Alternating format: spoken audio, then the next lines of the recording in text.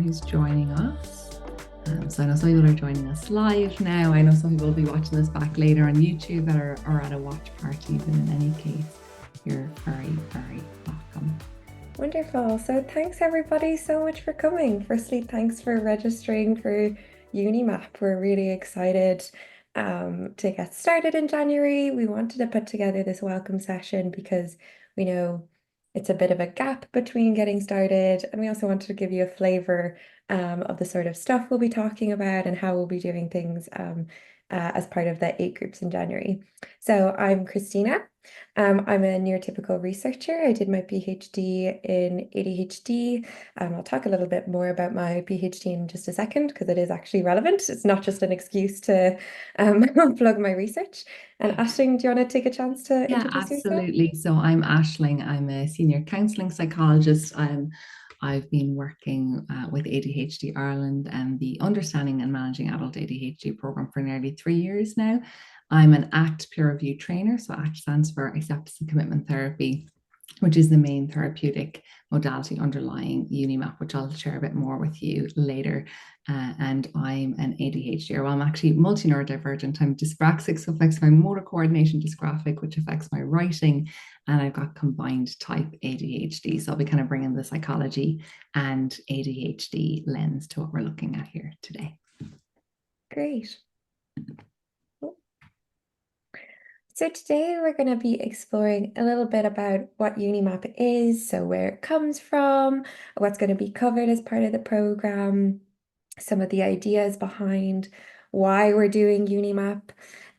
We're also going to be exploring how you can get the most out of UniMAAP. So what are the ways you can support yourself to be as engaged as possible? How can you kind of feel comfortable while experiencing growth while doing UniMAAP? And then we're also going to give you a flavor, a bit of an introduction into how we at ADHD Ireland and at UniMAAP specifically understand ADHD. So the most important aspect of this, I suppose, before we even get into this, is that we adopt a neuroaffirmative paradigm. So this is the idea that ADHD is a brain-based difference and not a disorder, and that really underpins everything that we do. It's kind of the principle that the whole program is founded on. So we'll get more into what that looks like in practice later.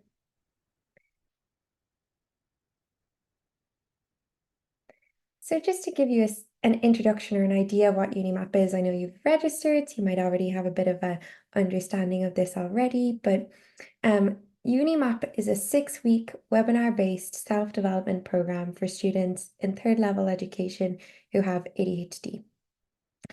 So our idea is that it's based off of ADHD Ireland's Understanding and Managing Adult ADHD program, or UMAP, which Aisling mentioned. So UMAP, again, is a 6-week webinar intervention that aims to help people thrive with their ADHD, kind of develop their understanding and knowledge, as well as improve their psychological well-being. So we knew that UMAP was supportive for people, and I'll talk a little bit more about that in a second. But we also recognize that there are specific needs to go even further. So something that's a little bit more adapted for students with ADHD. So I'll talk about why we looked at that, but we adapted it specifically for students by using research from the UCD School of Psychology that looked at the needs of third level students with ADHD. So this was a big survey study done kind of to understand what do people need from their college in terms of accommodations, but also supports. So one of the big things that popped up was support around executive functioning differences, so like organization, time management, but then also how you can respond to things like shame and stigma, which unfortunately will be a big part of people's experiences. So we looked at that survey, the outcomes of that survey, and then we also interviewed people who did the UMAP program and who are either currently students or recently graduated to give a bit of a flavor of what works about UMAP, what can be changed, and what are the specific needs that would need to be added. So do we need extra topics? Are there ways we can make it more enjoyable and stimulating for students? And so that's led us to developing UniMAAP. And if any questions pop up along, Jenny, feel free to jump in. And if I'm moving a little bit quickly, you can let me know as well. So my PhD was on evaluating UMAP. So this was to get a sense of seeing as UMAP is a brand new approach to ADHD. So with UMAP and UniMAAP, we don't require a diagnosis. People self-refer. So this is really in response to the significant barriers that people face to get access to support. So it's a real new approach, and even bringing that ACT perspective that Aisling will be talking about is very new to ADHD. So we wanted to understand how helpful it was and if there was things that needed to be changed. So we did find that throughout the program, throughout the 6 weeks, there's high attendance, but we also found high satisfaction. So people being really pleased and feeling like the sessions were helping them. So over 90% of UMAPers found each of the sessions helpful, and no sessions were rated as less than a 4 out of 5 in terms of helpfulness. So that kind of people kept coming back and they kept feeling that something in the session was beneficial to them. We did some qualitative work to understand that experience a bit deeper.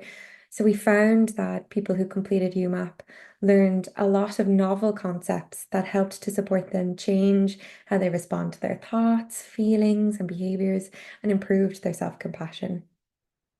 So that was the qualitative work, kind of what people spoke about. And then we also looked at if there was kind of statistically significant difference. So we found that there was an improvement in quality of life, self-acceptance, knowledge of ADHD, and psychological flexibility. So we do know that UMAP was effective based off of my PhD research. And we also heard through that qualitative research that it would be helpful to have specific groups for specific needs. So we know that there's so much diversity within the groups or within ADHD itself. It's not one singular journey. And that students with ADHD do have specific needs. So that's what led us to kind of being like, okay, if this works, will it work if we adapt it into UniMAAP?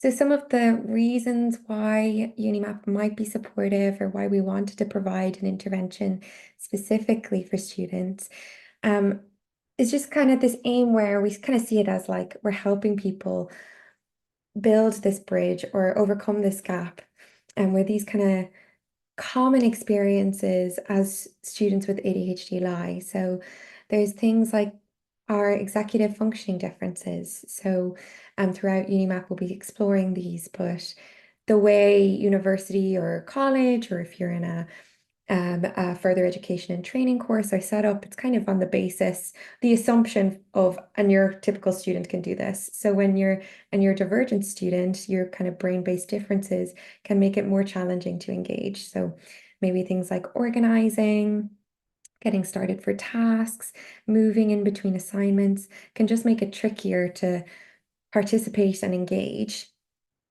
We know that neurodivergent students and ADHD students can have a lot of trouble with transitions. So this can be when you start a new course, it can be very difficult, but it can also be hard in transitions in term time. So if you have the summer break or your Christmas break, actually coming back to college or your course then can be really tough.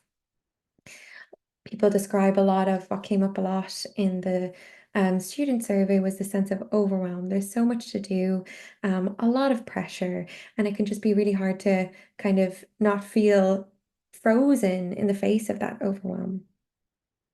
Within the university, college, or course space, there's increased demands and pressures, and this can look like having multiple assignments, but it can also be the pressure that's on you that this course is for the sake of setting yourself up in the future, like that you need to get a job or an internship or experience while you're in it.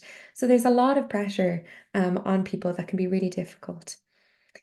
Given the experiences of stigma, of difficult messages students with ADHD have received throughout their lives, there can be a lot of self-criticism. So neurodivergent students are much more likely to be really hard on themselves and have their mind telling them difficult thoughts about how they're doing, that they're not doing enough, or being a failure.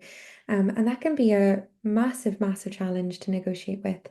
And within that, experiences of shame, unhelpful perfectionism, so finding it difficult to get started or keep going because you have the sense that it needs to be perfect or it's not enough.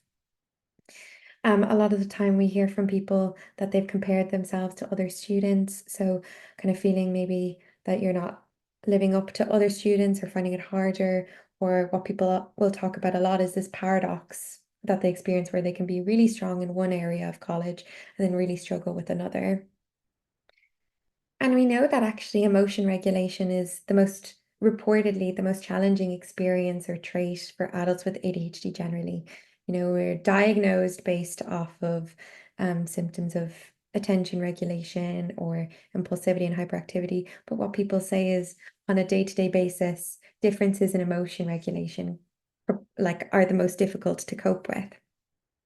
So there's lots of elements that can just make engaging in third level education more challenging for students with ADHD.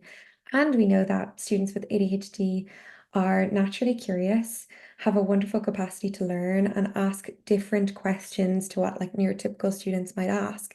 So you can really thrive and find it very fulfilling, and curious brains often love learning. So we wanted to kind of help people find what matters to them, have the skills and the techniques to respond or support their executive differences in an attuned or supportive way, support their emotion regulation so that they can thrive in university. And I think that leads me on into Ashling's piece. Thank you. And would you mind just stopping the share for a moment, Yeah, Christina? absolutely. Part of my ADHD brain is like, I like to get to see other people. And I say, you won't be on the video, it'll be just myself, Christina, and Jenny, but just all those who are on screen, are you still with us? Yeah, okay, great. And feel free to share in the chat, even if there's any reflections in terms of anything, in terms of what Christina shared so far, or if there's any questions. We'll allow space for questions throughout, and we'll also have a kind of a space for questions at the end. And just to say that there is an awareness that many neurodivergent people have delayed processing. So sometimes you might have a question for something, but you're like, oh, I'm asking a question for something Christina spoke about, but now Ashling's speaking, and maybe I shouldn't, because many of us have been given a hard time for asking questions, or we've been told, oh, I've covered that already. Please know this is a neuroaffirmative space. So we're aware that many people will have delayed processing. So you might think of it later on. And also if there's shame around asking a question, just know you can just send it as a direct message to Jenny as well, rather than in the chat to everyone. And on that, Jenny, I might just check, are there any reflections so far in terms of the chat, that things people are resonating with, or any questions on anything covered so far? Yeah, so there are some people sharing that they're newly diagnosed. Some people also wondering if they're here today, will that mean that they definitely have a place on the UniMAAP? And just some logistical questions about, when they can start to sign up and know and to, put it into their schedules. Brilliant.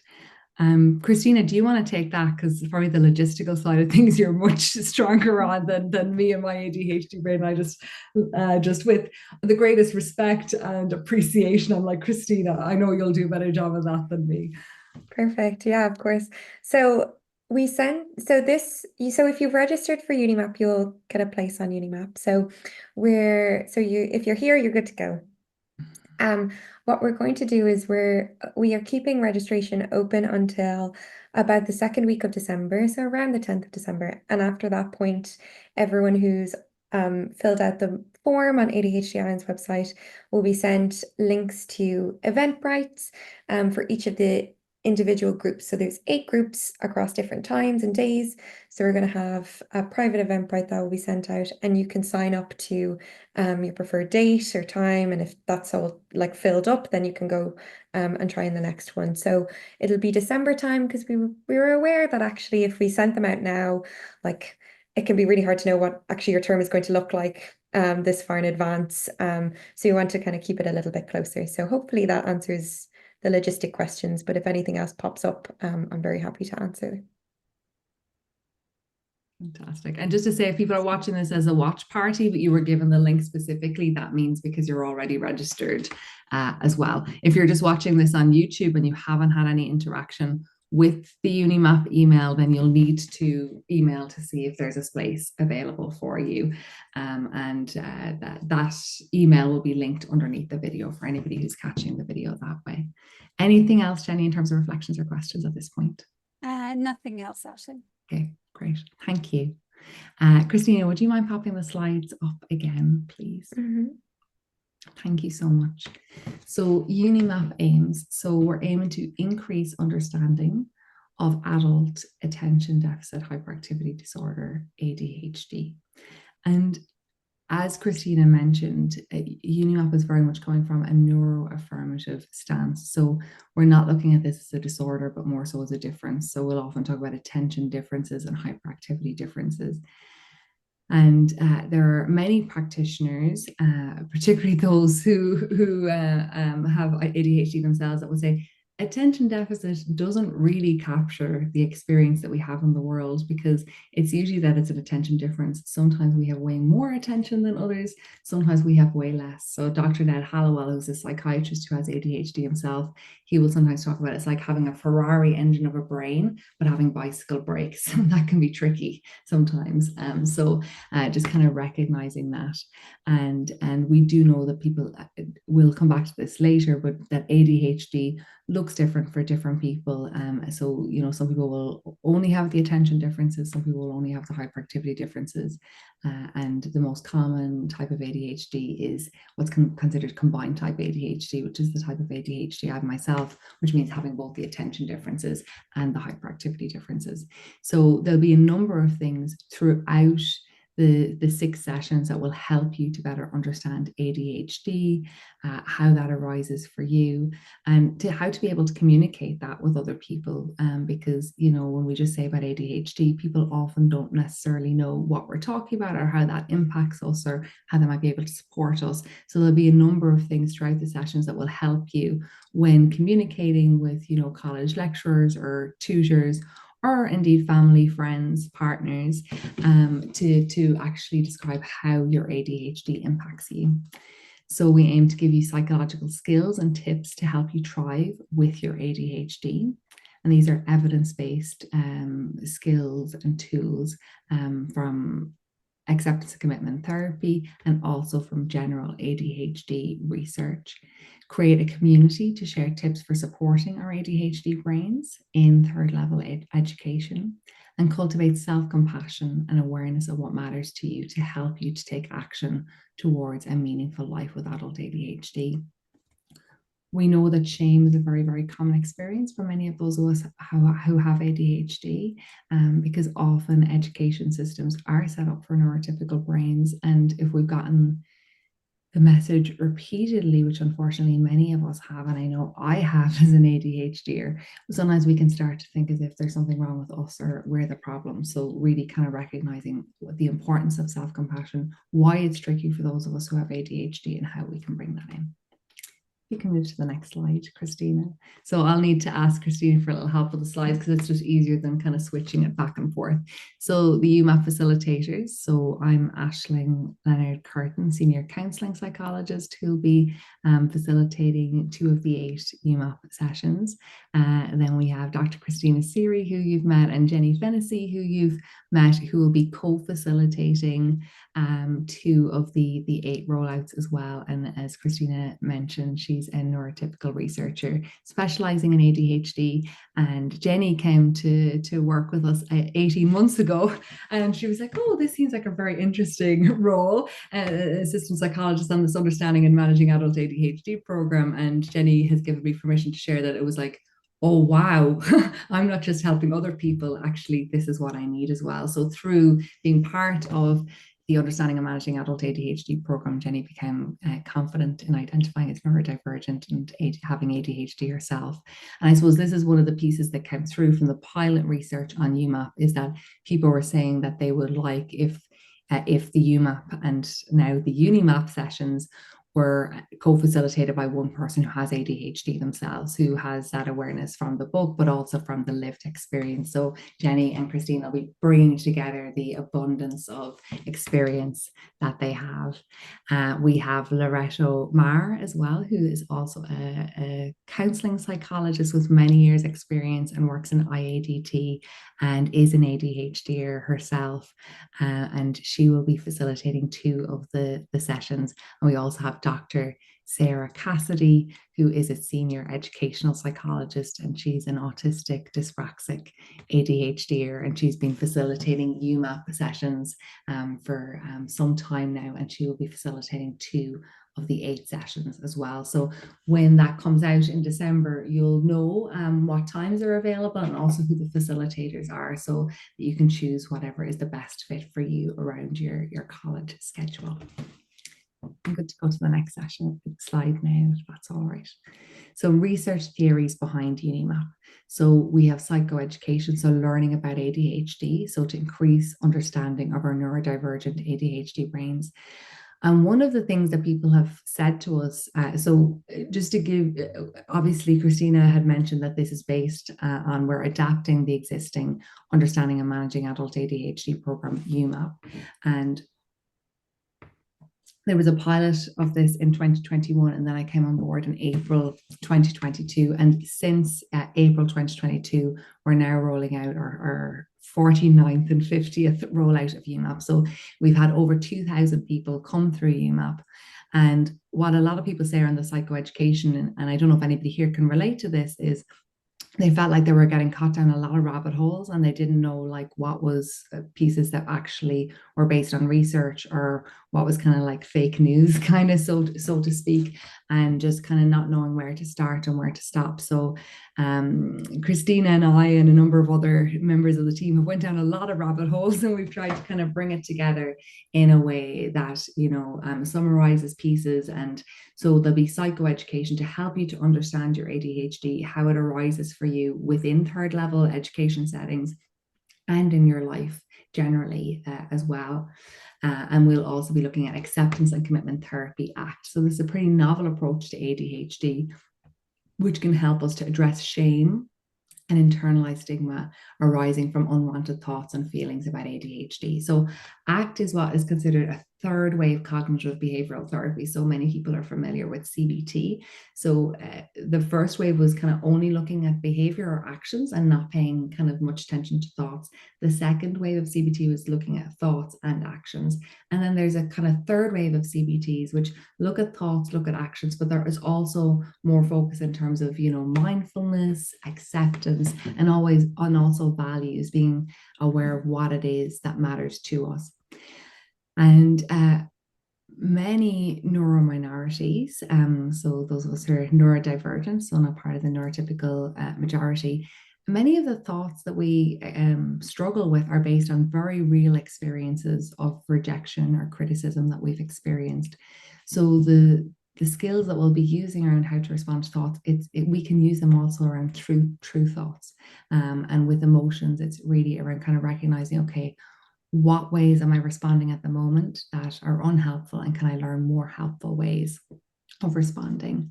And values can be a very, very solid foundation. And I know from Christina's research, that was one of the things that came through again and again in the qualitative interviews, was that it feels really nice to have a foundation in values in terms of what's important to us. And within third level settings, there can be so much about kind of grades and getting things done and so forth, that we can lose track of, well, why am I here in the first place? What is this about? You know, what do I want to kind of learn from this, and how do I want to bring that into my life and the life of others that I impact by what I'm studying? So we'll take time to do that together. Christina, I'm good for the next slide now. So just a sneak peek of psychoeducation. So we absolutely love Dr. Thomas Brown's model of the 6 areas of executive functioning differences. And when we were developing UMAP first, we had an expert in ADHD who is Sari Solden, who some of you might be familiar with. She's been working in the area for over 3 decades now. And she was really one of the people who pioneered as well, looking at ADHD in girls and women, because previously there was all this kind of misconception that ADHD only arose in kind of boys and men. And obviously we do have awareness as well within UniMAAP and UMAP that there are many transgender and non-binary folks who have ADHD as well. But she was kind of one of the people kind of pioneering over 3 decades ago, just in terms of looking at ADHD outside of a kind of a stereotypical view. And she would have reviewed our first sessions of UMAP, and one of the recommendations she gave for us was around Dr. Thomas Brown's model. And Christina and I fell in love with it immediately, because it covers a lot of the differences that arise within ADHD. So it looks at differences around organization, around focus, around energy, emotions, memory, particularly working memory and impulsivity. And as Christina mentioned, one of the things we see again and again in terms of qualitative research is that often those of us who have ADHD will say the emotion regulation, the rejection sensitivity can be one of the pieces that really impact our life in really massive ways. But it's not currently part of the diagnostic criteria for ADHD. So sometimes if you're looking at the diagnostic criteria, it can be somewhat invalidating, kind of related to our own lived experience of ADHD. So Dr. Thomas Brown's model helps us to see these different executive functioning differences. And just to say, you can have ADHD and you might only notice differences across 3 or 4 of these areas. The particular type of combined type ADHD that I have differences across all 6 of these areas. So I'll have no shortage of examples to be able to share with you. And whoever your facilitator is who has ADHD themselves will share some of their own examples. And part of that is because there is so much shame around ADHD. There's a lot of invalidation of ADHD. We've seen again and again, unfortunately, it's the rule rather than the exception that people have received invalidating or misunderstanding kind of comments from others, sometimes from loved ones, sometimes from medical professionals, and also, unfortunately, within education settings. So it's important that we kind of share in a way that, you know, there's nothing wrong with these differences, and so that we can understand them a little bit more. And one of the things I'm personally really, really excited about UniMAAP and the developments is from Christina's most recent research. People were saying, because we used to share this kind of on week 1, and we kind of look at it a bit each session, and especially how it relates to different areas of ADHD self-care. But one of the suggestions that people made was that for UniMAAP, they felt like it would be really great to dive deeper into one of these executive functioning differences each week, because sometimes it's a bit overwhelming taking all the information in together. So we'll be looking at all of them together in week 1, but each week. So we'll start with organizing in week 1. I believe it's energy in week 2, and my working memory can't remember all of them, but Christina has it on a slide for later. But we'll be looking at each of those, and you'll hear as well UMAPer suggestions. So people who've been through UMAP, which came before UniMAAP, that people have found helpful around each of these executive functioning differences. So kind of really practical things. And I suppose one of the big things about UniMAAP as well is we want to give you information, but it's not this, you have to do this, you should do that. It's very much around giving you information so that you can choose what works best for your unique ADHD and neurodivergent mind and nervous system. Thank you, Christina. If you don't mind bringing on to the next slide. So this will be the last slide with me. So I might just check in then again with Jenny if there's any questions before handing you back to Christina. So ACT for ADHD. So ACT stands for Acceptance and Commitment Therapy. And it promotes the idea that psychological distress emerges from fighting against or getting stuck in unwanted thoughts and feelings. We can get caught up in a power struggle. So essentially, when we have, I'm just going to take up this. This is my dressing gown that I have over my legs because it's the time of year where I need a little bit of extra warmth, but it also works as a prop. So when we're stuck in our thoughts and feelings, it's like it's over our head. You might not even be able to hear me so much now. So we're completely stuck in it, and we're not able to interact like with people around us, with what we're learning, our college lectures, tutors, and so forth. So it's almost like we cannot tell the wood from the trees because we are so stuck in our thoughts and feelings. That's one area that we really struggle with. The other main area of struggle is when it's like I'm here and I'm just trying to struggle against my unwanted thoughts and feelings. No, you shouldn't be thinking that way. No, you shouldn't be feeling that way. There's no reason to feel it that way. Other people have it worse than you.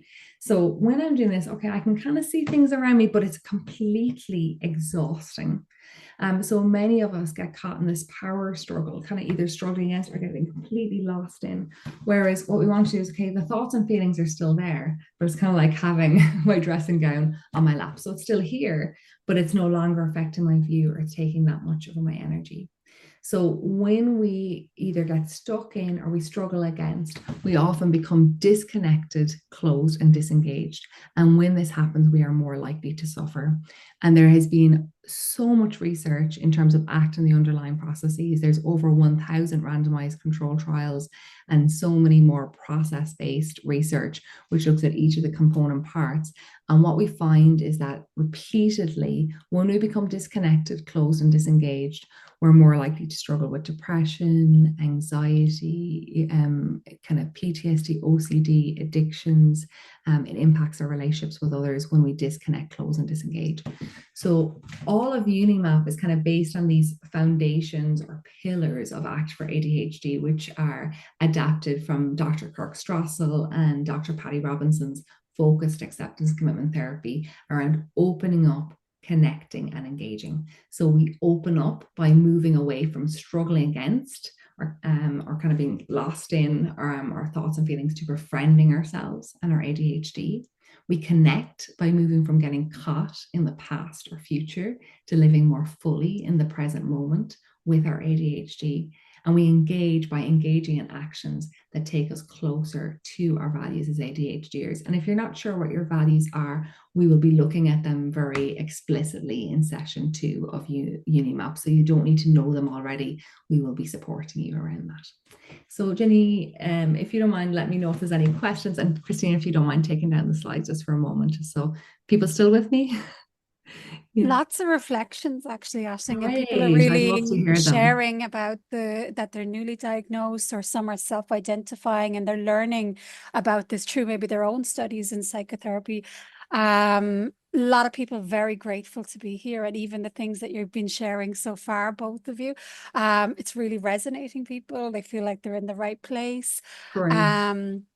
And we're also talking about like women and hormones and menopause and how that also is impacting maybe being later diagnosed, but actually adding the difficulties to that. And some people sharing as well the experience of like feeling overwhelmed with all the course load, feeling like dropping out or having to take some time out, because right now with studies, family life, placements, work, all of the different things that are going on, it can feel like a lot. So being here and actually not feeling alone is already supportive in that. I do have one specific question, Ashley, but I thought maybe at the end, but if you want to hear it now. Maybe hear it, if you can say it now, so, then we can kind of make a call on whether someone was interested in asking your thoughts on Dinah Murray's work on monotropism, and do you think that monotropic flow states may better explain ADHD hyperfocus, and just that a lot of her work was related to autistic. And I know I've heard you speaking about that before, but I thought maybe that would be maybe at the end, but you know, it's we might come back to that at the end if that's okay, because I definitely have a number of thoughts on that, and I'm married to an autistic ADHD or counseling psychologist, and she has a ton of thoughts on that as well. So we might just come back to that a little bit later, because it's quite specific if that's okay, but it's always good to hear the question now. So thank you so much, Jenny. Any other reflections or questions for now? I think I've captured it, but I'm going to go back through because everyone is chatty, so it's brilliant for me. Fantastic. Thank you. And that's one of the things as well. When we had UMAP first, we used to just have the 6 sessions, but people often found there was quite a lot in it. But also people didn't always know what to expect. So they weren't sure whether this was for them or not. And it sounds like many people who are sharing the chat saying, oh, right, this is definitely what I need and I need it now. But also part of having the welcome session is that you can kind of tune in. And if it doesn't feel like it's a good fit for you, it gives you a chance to kind of know that. And if anybody after today is like, do you know what? I'm delighted you're doing this, but it's not for me. Feel free just to let us know, and we'll kind of offer that space to somebody else who feels like it might be a better fit. But it kind of gives us something, because part of having a neurodivergent brain is like, this is going to be percolating around in the back of your mind till we meet again in January. So it kind of gives you kind of a place to start and knowing what we're going to be coming back to later. And just to say that we do look in at, I know on the session 1 notes, hormones absolutely affect executive functioning differences. And we will look at that, and we'll also give some resources as well for people who want to kind of explore more about that. And that's one of the things we found that people really appreciate, is having the resources and having, you know, some videos, audio recordings and so forth. And we don't want to be adding loads of extra stuff for you to do in your day, because you're already probably feeling very overwhelmed by that, but things you can build into your day as it already is. So I'll hand you back over to Christina now, and I might just turn my videos off when Christina's doing these next few slides to be attuned to my ADHD, and just taking a little screen break before I'm with you again. Thanks, Aisling. Okay, so you've heard a little bit about kind of what we're hoping to do, how we're like some of the common experiences for students with ADHD, our approach, so the learning about ADHD and acceptance and commitment therapy. And we wanted to give you a flavor of what that will look like across 6 sessions. So I totally appreciate that 6 weeks within a term is actually like a huge amount of time, and so much changes like throughout it, from that first week to week 6, and maybe hit reading week where it starts to really ramp up in terms of demands. That's partly why we wanted to go for start in mid-January to late January, because we know that it gets so busy. So this is to give you a sense of what we'll be covering, and give you an idea of your UniMAAP journey.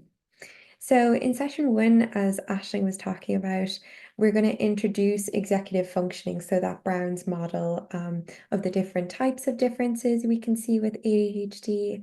We'll explore organizing in a bit more detail, so some of the tips from UMAPers, but also tips from college students with ADHD, stuff that's been tried and tested that can support your organizing. And then throughout UniMAAP, we'll be exploring self-care with ADHD. So we know that ADHDers can have a tendency to deprioritize self-care, and often that's because of actually the pressures that are on ADHDers. So kind of feeling like if I'm not perfect, then I don't deserve to take care of myself. But we want to help people tune in to how they can support themselves. So each week we cover an aspect of freeze. So that's our approach to self-care. So it's just a quick way of checking in or remembering the different parts of self-care that are important to attend to. So freeze, it's food, rest, exercise, enjoyment, socializing. And as part of my research with UMAPers who are students, someone suggested that it's freeze with an extra S for studies, because actually how you're responding to your studies and taking care of yourself within studies is an important part of self-care as a student. So each week we'll cover a different aspect of freeze, some of the tips from UMAPers that have helped them, kind of how it can impact your executive functioning, why it can be challenging as a student with ADHD to engage with this particular component of self-care. So week 1 is executive functioning, organizing, and food. Week 2 is energy, so processing speed. So that's like kind of chronic drowsiness that people talk about, or slower reading and writing. Acceptance and values. So we'll spend some time helping you identify your values and why they're important, especially as a student with ADHD. And then we'll look at rest, so sleep and breaks during the day. Session 3, we'll be looking at focus, so kind of attention differences, and then unhelpful perfectionism and procrastination, which can be a really big part of studying as a student with ADHD, and exercise. And then we'll move into emotions, that being emotion regulation, but also how we respond to unwanted or difficult emotions. Shame, which, as Aisling said, will be a massive part of many of our experiences, given the stigma that we've faced in education and beyond in our relationships with loved ones as well. And then enjoyment. And, often this enjoyment is something that we really neglect in a kind of capitalistic world. It tends to be deprioritized entirely because, if we're not a child, we're not encouraged to play. And actually hobbies or making time for leisure is such an important part of quality of life, but it can be really hard when you feel like you're overwhelmed or that studies is more important, to make space for enjoyment or consider that as an important part of taking care of yourself. So we'll think about that and think about what enjoyment looks like for different people. Session 5, we'll think about memory. So that's working memory, so kind of your capacity to hold a number of thoughts or ideas or things you need to do in your head.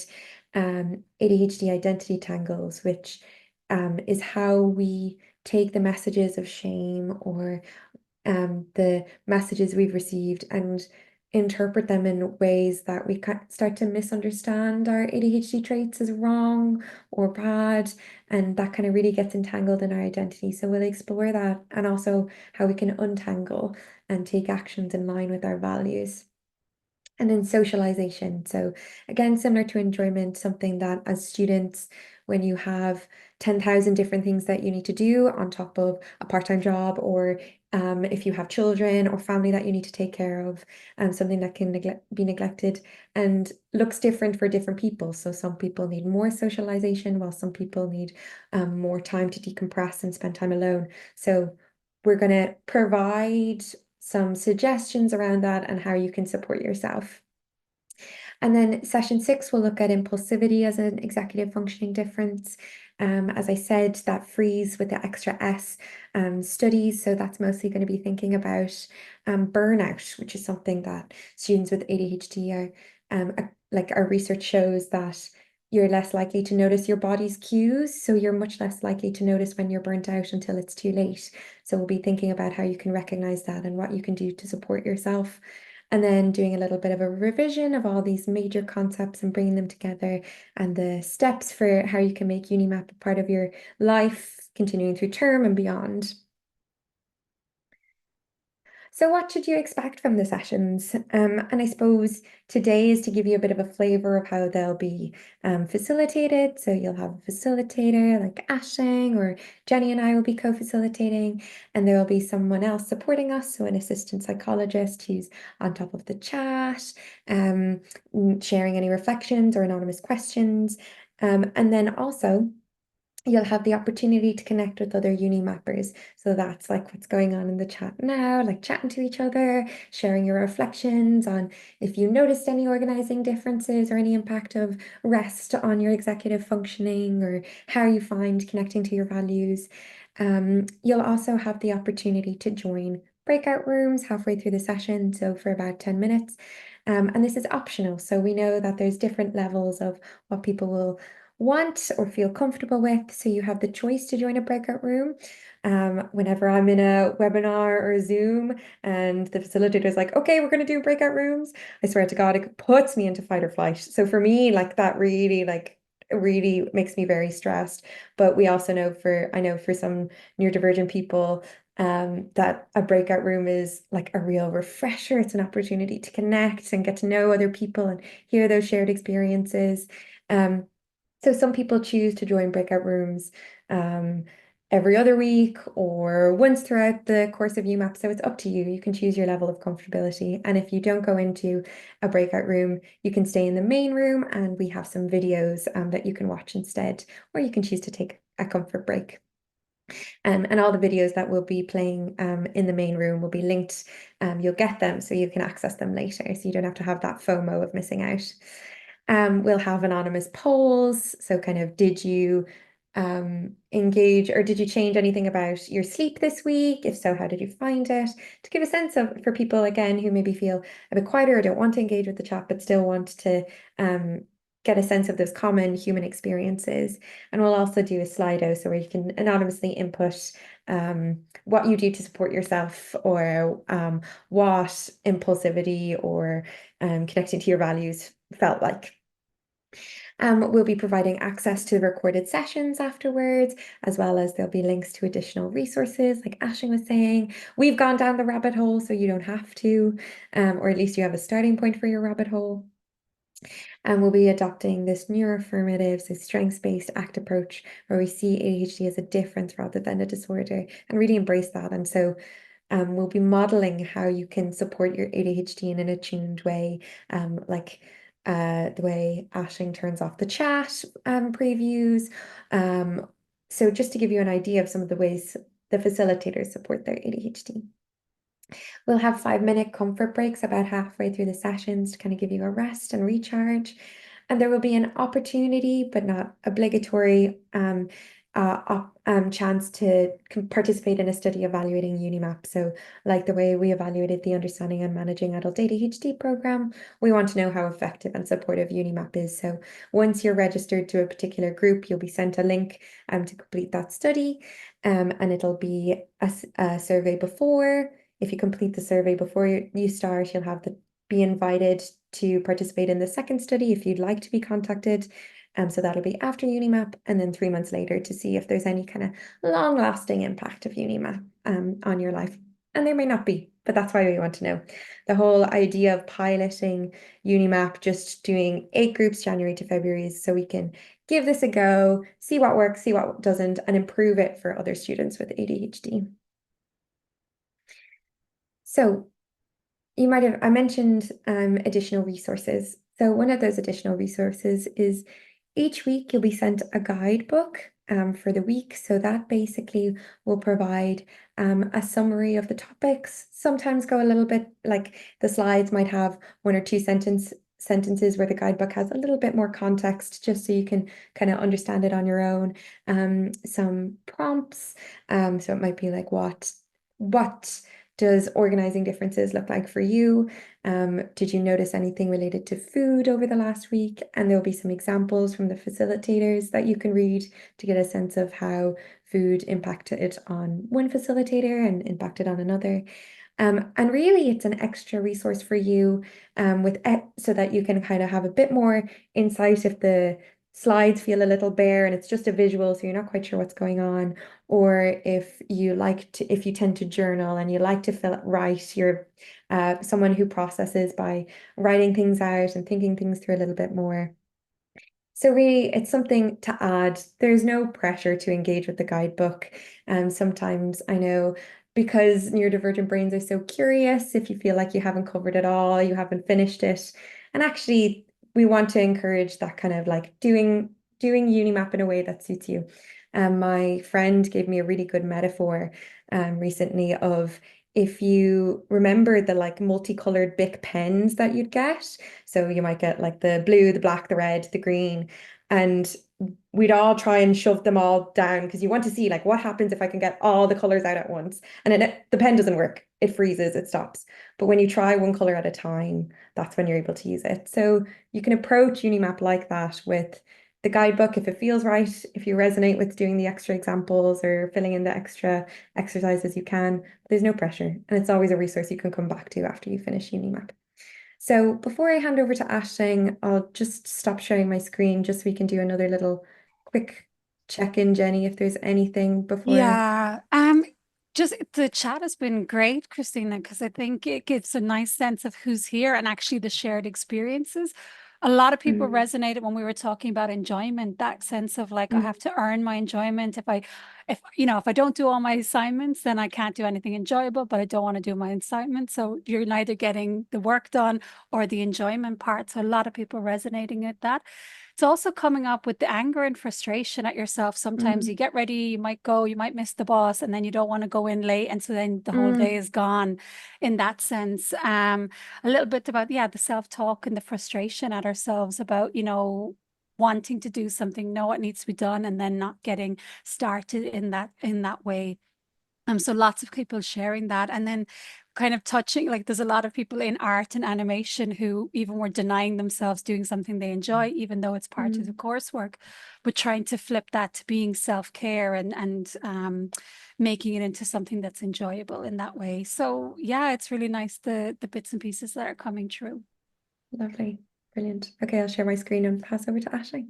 Fantastic. Thank you, Jenny. And it was interesting. First, the welcome session, it was like going to be pre-recorded. And then I like tuned into my ADHD brain. I was like, for my ADHD brain, it always feels more real when we're having other people here. And I know this time doesn't work for everyone. So some people will be catching the watch party, so they can still have some of these kind of connections and so forth. And even for those who are watching this on YouTube, just hearing what's coming through in the chat will hopefully help people to kind of feel less alone, and that there's other people who are having similar experiences.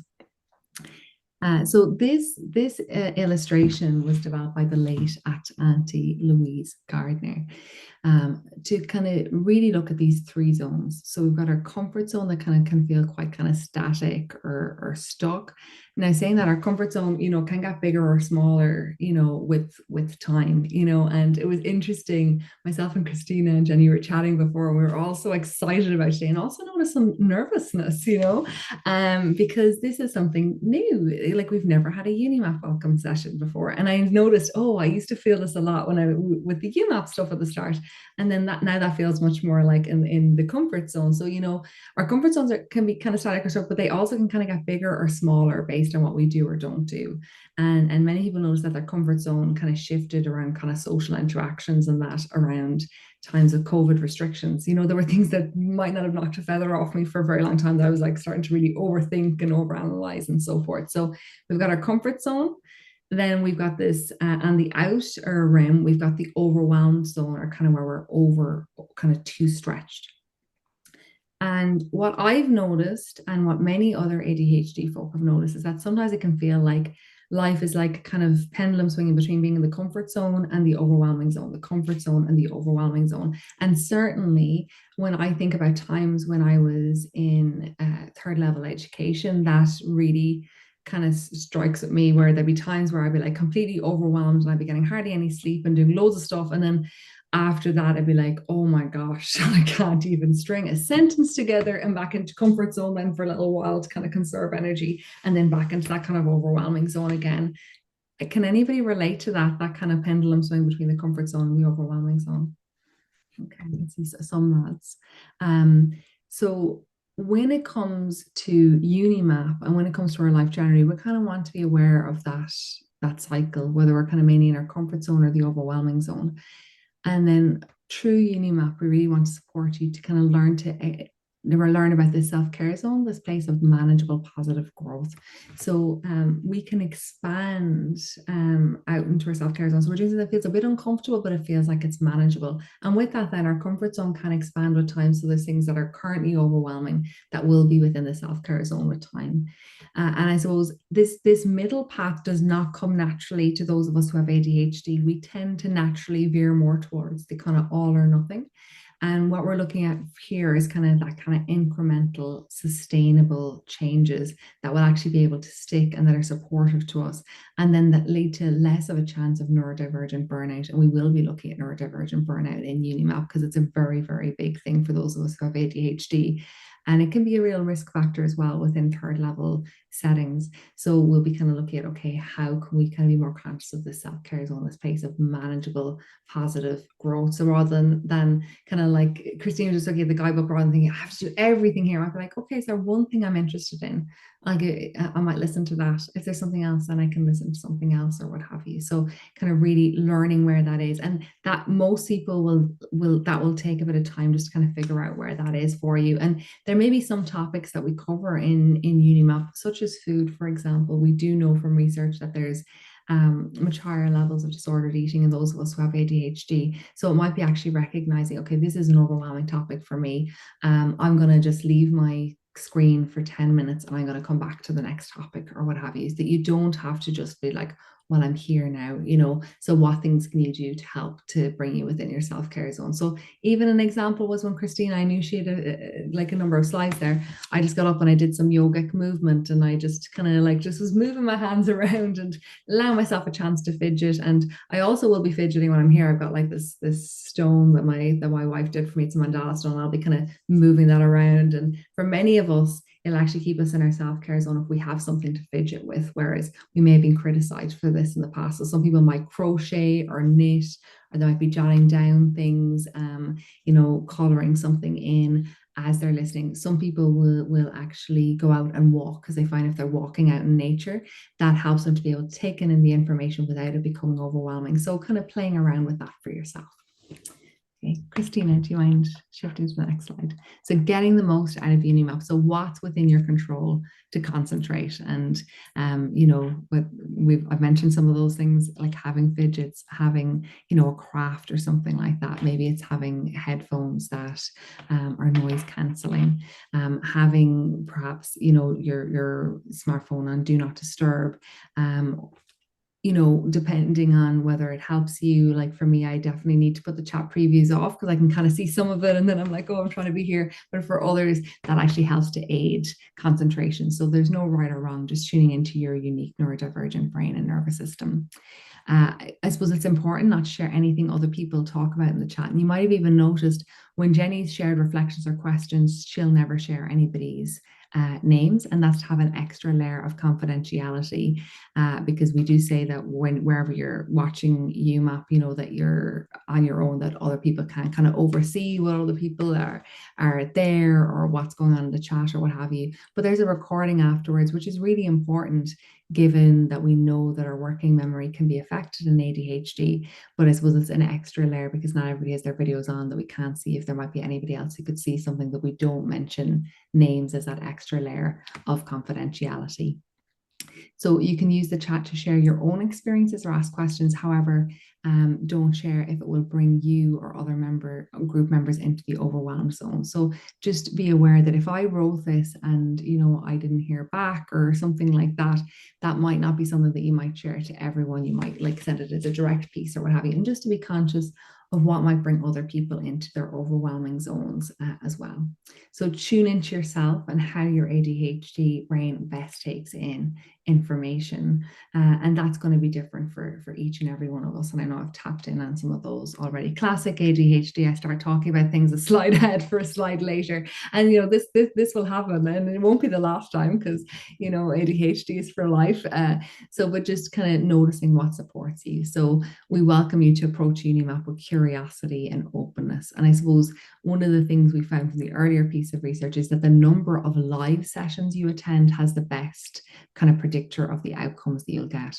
And I would encourage you to choose what time of day you feel like you'll best be able to take in the information. So for example, I know for me, I best take in information in the morning. I know for many ADHDers, they find they take in information best in the evening, but just kind of tuning into that when you're choosing the time that works for you. And you know, it can be useful to kind of fidget or kind of do crochet or what have you at the same time as listening to UMAP, but it's probably not going to work well if you're also like trying to, you know, accept work calls or what have you, or active college pieces. That's likely going to take you out of it. So just kind of tune in what will be the optimal kind of time for you to be able to take this information in, to be able to bring it into your life. You okay to move to the next one, Christina? So ADHD is a form of neurodivergence. It's a difference, not a deficit. So some of you will be very familiar with the term neurodivergence, and some of you might not. So when we're talking about neurodivergence, we're talking about having a brain that is wired differently than the neurotypical brain. So it's believed that about 80% of folks have a neurotypical brain. Sometimes people will say, like, obviously, the opposite of neurodivergence is neuroconvergence. So neurotypical brains will often kind of go in this way, whereas the neurodivergent brain can kind of go out that way. So that can be wonderful for creativity and thinking outside the box and so forth. But sometimes, like, let's say you see something and it reminds you of something that's kind of traumatic or triggering or challenging for you. It can be hard when there's kind of all of these different kind of connections going on. So a lot of UMAP is just to help us to understand these differences and how we can support these differences to make the most out of the many strengths that they bring, and to support us with any of the challenges that arise. So it's believed about 20% of people are neurodivergent. That would include those of us who have ADHD, who are autistic, dyspraxic, dysgraphic, dyslexic, and so forth. And I obviously don't know in terms of UniMAAP yet, but certainly in UMAP, generally there's about 20% of the people who attend who are autistic ADHDers or ADHD as well. So just if you are an autistic ADHDer, to know that there'll generally be other autistic ADHDers within UMAP and UniMAAP as well. So ADHD is characterized by differences in attention regulation, hyperactivity, and impulsivity. So the most common type of ADHD is combined type ADHD, where there's attention differences and hyperactivity differences.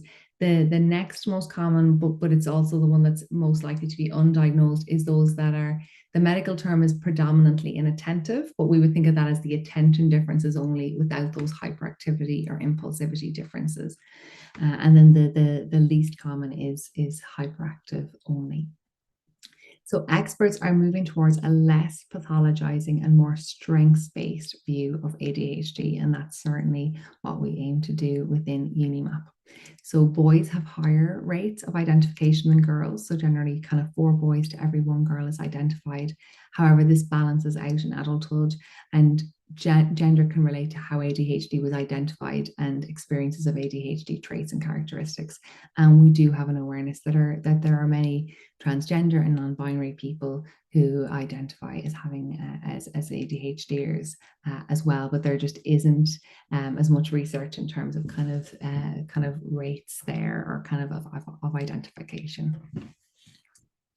Okay. So ADHD and acknowledging differences. So we're looking at these as kind of ADHD traits or differences rather than character flaws. However, there is an awareness that unfortunately many of us will have received an abundance of messages that we are wrong in some way or that we need to be fixed. However, UniMAAP is coming from this place in terms of not being less than simply being wired differently. And I might just share some of my ADHD differences that kind of arose kind of across my lifespan and in kind of within education systems now. So if you don't mind taking down the slide, Christina, that would be great.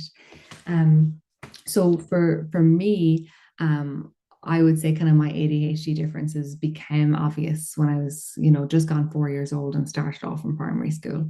And I kind of went quite young because my mom saw me. She's like, "Oh, Ashling's very bright." I was always curious and loving doing things and this, that, and the other. I think some people nodding here. But then when I went into school, and I went into a rural school where 4 classes were within the one classroom. So junior infants, senior infants, first and second class were in one classroom, and then third, fourth, fifth, and sixth class were in another classroom. And it was the school that my dad had went to, and my dad had thrived in, and all the rest of it. But it was really not a good fit for me and my ADHD. I really struggled as the teacher was trying to teach, multiple different classes, different things at the same time. And when I get home in the evening, it used to take me up to 3 hours to write 6 English sentences. So really, really struggled a lot at primary school, especially the first primary school. I thankfully did change to another primary school where it was one class in a classroom and it was more structured, and that really did help me. But certainly I had a lot of identity tangles around my ability, and I would have called myself things like stupid and slow and all of these different things that I would never call anybody else, and that's the thing, is often we're most harsh with ourselves.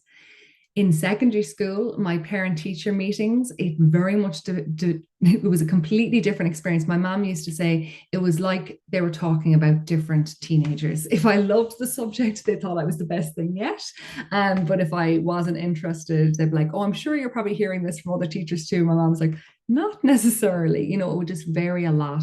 And I noticed that I had a lot of rejection sensitivity from kind of being rejected a lot in primary school, that then I was always kind of trying to people please or figure out what kind of people would like kind of when I was in secondary school.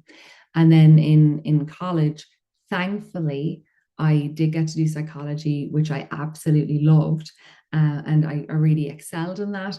But I would say that there were times where I was just so hyper focused on my study that would be like I was either really intensely working things, or I was like really quite burnt out and just trying to kind of just sleep a lot and catch up before I go on to the next thing. And every summer after my college exams, I'd end up in the GP because I was sleeping loads and I was feeling so off, So I was able to do these things, kind of getting results in psychology much better than I would have earlier on in school, because I loved psychology so much. But it was coming at quite a cost, and people were not always aware of how much effort I was needing to put into kind of getting these results. And when I did my master's, I had a very different thesis supervisor who didn't give regular deadlines. It was just the big one. And I really ran into trouble where I had two weeks to go and like 3/4 of my thesis to write up. And my thesis supervisor was like, "No, I'm not looking at it anymore." So kind of noticing how these things over time led to me really putting a lot of labels on myself. And often people say, "Well, what's the point in looking at ADHD now?" I was in my mid to late 30s when I got diagnosed. What's the point looking now? Sure, you're doing well. And it's that we don't want labels. I don't think ADHD is the label that we need to be worried about. And I kind of see it almost as a description or as an understanding. But the labels we need to be aware of are those labels like the stupid, the slow, the unstable, the flaky, and all of these different things. So feel free to share in the chat if any of those pieces kind of connect and relate to your experiences of ADHD, kind of throughout education or in your life. I'm seeing some nods. And Jenny, just want to check in if there's any kind of questions or reflections at this point? Yeah, just the last few pieces, I think a lot of people, the stress part and the, the deadlines really resonating like for people as well. They also resonated with like that kind of experience of being really good at a particular subject and that's easy, and then having to really drag yourself through something else that's really difficult for you. So yeah, a lot of people kind of identifying with, what you've shared. Okay, thank you, Jenny. There might be some other things come through as well, but I believe, Christina, you only have a slide or two left, I think, if I've gotten that correctly, and then we'll come back for more questions and reflections. Yeah, beautiful, perfect. So I guess we wanted to finish up. We've talked through a lot, and you might feel actually really tired after listening to this. And it can be really emotive, especially connecting to the chat and hearing those experiences. So just to make sure to mind yourself this afternoon now. But I suppose we gave all of that, like our background, what we're doing, what we're trying to do, what we're hoping for, and actually what we find when we're talking about UMAP is what resonates most with people is hearing from people who've done the program. And that's what stays. So we wanted to give you some of these quotes from the interviews I did with students who'd done UMAP about what about it resonated or what they think will be helpful. I also asked at the end of all my interviews, I asked, like, what do you hope for an intervention for students with ADHD? And the biggest thing, they were like, I just hope people are kinder to themselves. So that's the message we want to leave. That's the message leave you with today, but also the message we want to talk about and come back to over and over again throughout UniMAAP. So I'll just read you these quotes. What stuck out most to me was the freeze. So that's the self-care stuff we talk about. I just think it was a good way of kind of framing your thoughts around managing ADHD. I think for students, especially those who felt they were stupid or less competent in some ways, the executive functioning piece and teaching will be a real light bulb moment. What makes UMAP different is it's not just psychoeducation in a broad sense. Like it really has a nice foundation that always comes back to being compassionate with yourself. So welcome to UniMAAP. We're going to be really excited to meet with you and get to know you better in January. And thank you so much for coming today. If you're watching on YouTube or as part of a watch party, thank you. And we do have some time for questions and final reflections. So I'll just stop sharing now. Great. Good. Just to capture the last kind of reflections and I suppose the comments that come up, people were interested, Aisling, about or Christina, the fidgeting, if this is actually a common part or experience for ADHDers. A lot of people recognize it. Is it a form of stimming? And is it like more related to autism? So these were kind of the thoughts that they were having around it. Do you want all the questions, Aisling, or just? Maybe if you give all of them, just in case there's some Yeah. overlap between them. So the first one around the fidgets. Yeah. And then someone had also, and related to the fidgeting, people were looking at like, are there alternatives to skin picking? But we've had a lot of conversation of that in the chat. So people were also asking about this overwhelm zone. So they were quite interested in how can we identify when we might be going into the overwhelm. So they gave an example that even reading shared experiences from others, they notice they're feeling into the overwhelm, but they also realize it's part of the process for themselves. But how could we know that we're kind of going in, helpful thoughts about maybe identifying in the future. And then there was, some people shared about like that, it's difficult sharing with other people about your experience because either they're like, sure, everybody does that, or, that's normal kind of thing, or it feels invalidating, or they still don't feel understood. And this is not just with friends and family, but even maybe talking to lecturers or somebody who's like a tutor in the college, that you're explaining yourself and not really feeling like they understand it. And you think you're being very clear, but it kind of feels like it's coming back like you're not clear enough about what you want and what you need. So that was kind of a couple of experiences. And then just the last question that I had shared earlier about the monotropism and the work of Dina Murray. So they were kind of the last things that I've captured, and I'll have a look if there's anything else. Okay, thank you. So in terms of kind of the fidget, and if that's an ADHD thing, or you might be more aware of it as being an autistic experience, fidgeting is a need for many of those of us who have ADHD, particularly if you've got a H element of your ADHD, because that can feel quite restless. So I'll often have a pen and I'm just like opening and closing that pen, and I'm seeing some people smiling and nodding, so I'm not the only one. So you might not see it, but I'll often be opening and closing that pen. And that helps me to be more calm and be more grounded, you know. Or I might have a rock like this and I have it in my hand. And I might just be, again, I'll usually do it off screen because I don't want it to be distracting for other people, but I'll often have something like this. So it absolutely is a feature for many ADHD folk, but many of us got pathologized for it, or we were given a hard time for doing it earlier on. You're not paying attention because you're twirling your hair, or you're not paying attention because you're doing this, that, or the other, which may be the case for neurotypical people, but for neurodivergent people, we're usually able to pay more attention when we're actually doing something like moving with our hands.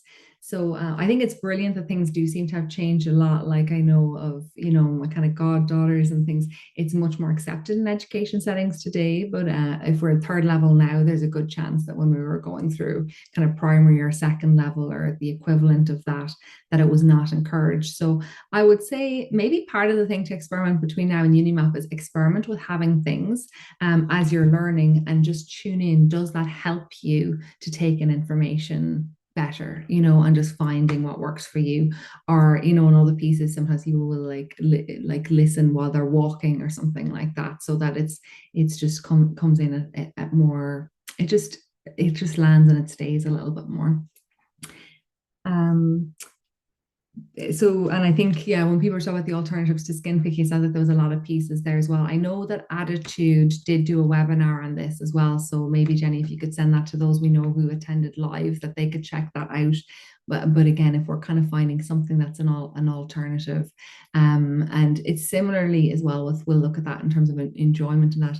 If we have go-to things at the moment that we feel might have an addiction level to it, or a dependency, or it's some way unhelpful, we want to find alternatives. And the example I give is, I have an 18-month-old Samyad. We call him Puppy Dog because he's technically a dog, but he still has a lot of puppy energy. If I'm out with him with a frisbee, there is no way I'm getting that frisbee back unless I have a second frisbee. You know, there's no way I'm getting that ball back unless I have a second one.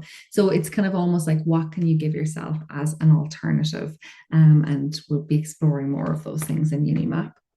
And with the overwhelming zone, like how to identify when you're going into it. At the start, you may notice it after you're already in your overwhelming zone, but with time, then you recognize, okay, there are themes. These are times where I often feel overwhelmed.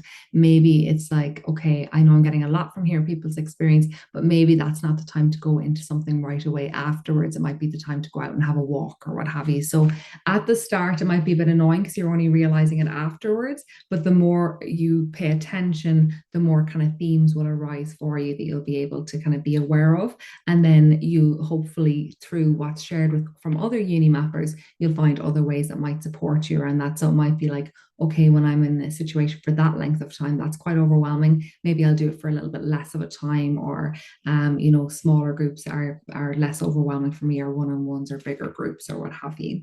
So it's kind of something that you'll learn as you go. And the piece around kind of difficulty sharing with others, I will say, unfortunately, and I'm just going to say it's 12:15 on the button now for anybody who needs to hop off immediately. You don't need to apologize or anything, but just want to make sure you know that. Unfortunately, we've seen again and again, we've had over 2,000 people through UMAP.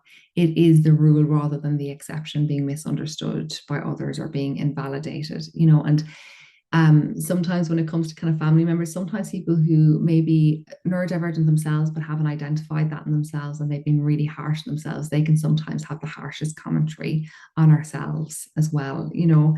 And I don't think that might not just be family members, that also could be medical professionals and education settings. I'm not saying that's always the case, but sometimes there can be some piece there. So certainly with UniMAAP, we'll help you to better understand different elements of your ADHD, so you can be really specific in terms of what you share with other people. So that's the idea, is that when we're looking at these differences, you've got really specific things to share with people. And then just in terms of monotropism and hyperfocus, so there certainly are some differences between hyperfocus and monotropism. And in terms of how monotropism can arise for autistic people, it tends to be can sometimes tend to be about one thing over a longer period of time, whereas those of us who have ADHD can sometimes find that our hyper focus changes.